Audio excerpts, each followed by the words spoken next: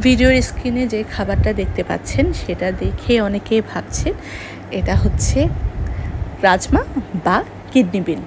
হ্যাঁ, এটা হচ্ছে রাজমা বা কিডনি বিনের গোত্রে হলো আমাদের চট্টগ্রামের মানুষের জন্য খুব জনপ্রিয় এবং প্রিয় একটা খাবার, সেটা হচ্ছে খাইসা।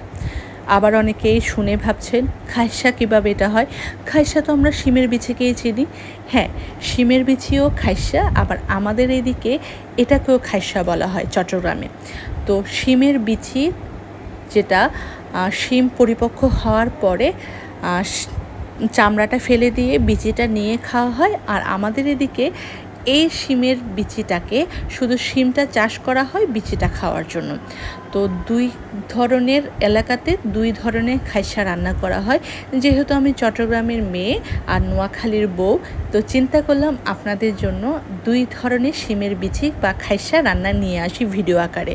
শীতের সময় যেহেতু আমি রান্না করেছি, এই শিমের বিচিটা একটু ছেলা কষ্ট, মানে পরিষ্কার করা কষ্টকর, যেহেতু এটার চামড়াটা একটু পাতলা। সারা রাত ভিজিয়ে রেখে ক্লিন করে এরকম হয়। এবার আমি সেটাকে রান্না করতে যাব। চট্টগ্রামের মানুষ যেহেতু এবং চট্টগ্রামে খাইসা রান্না করছি, তাই চিন্তা করলাম চট্টগ্রামের জনপ্রিয় খাবার শুটকি দিয়েই চট্টগ্রামের খাইসাটা রান্না করব। রান্না প্রসেসিংটা সবারই একই রকম, আমি সেটা কোনোভাবেই কাউকে শেখাতে যাব না। আপনারা সবাই জানেন, আপনারা যেভাবে শুটকি রান্না করেন তরকারি দিয়ে সেরকম করেই রান্না করবেন।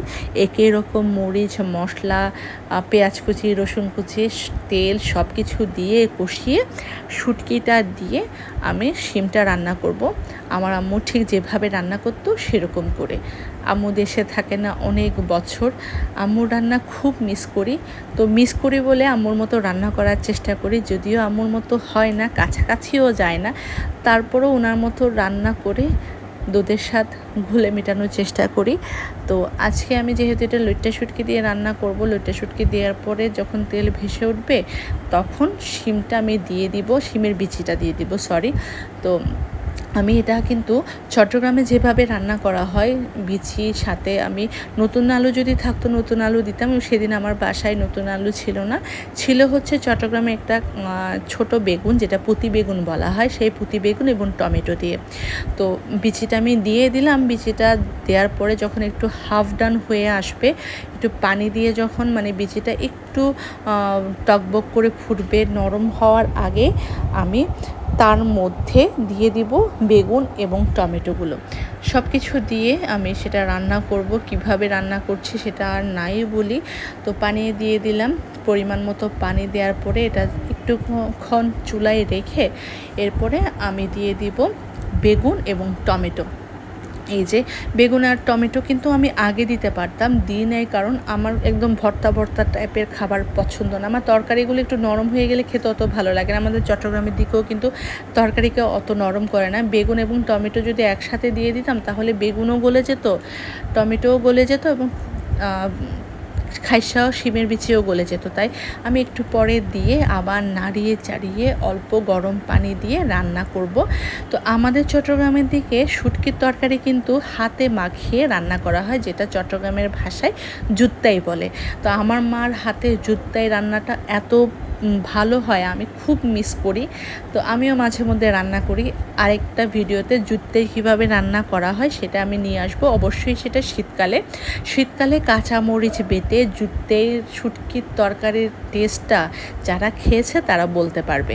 তো এটা হয়ে যাওয়ার পর আমি ধনেপাতা দিয়ে নামিয়ে বাটিতে করে খেতে বসার আগে আপনাদের জন্য নিয়েছি। এই যে দেখুন, বেগুন, টমেটো, শুটকি, শিমের বিচিটা নরম হয়ে কী রকম একটা টেক্সচার চলে এসেছে। এটা যখন ভিডিও করছিলাম তখন ঘ্রাণে মনে হচ্ছে এখন ভাত নিয়ে আর এখন খেয়ে ফেলি। আর ভিডিওতে ভয়েস দেওয়ার সময় তো আমার মুখ দিয়ে পানি পড়ছিল লিটারালি। তো এটা দিয়ে আমি অনেক ভাত খেয়েছি। এবার চলে যাব নোয়াখালীর খাইসাতে।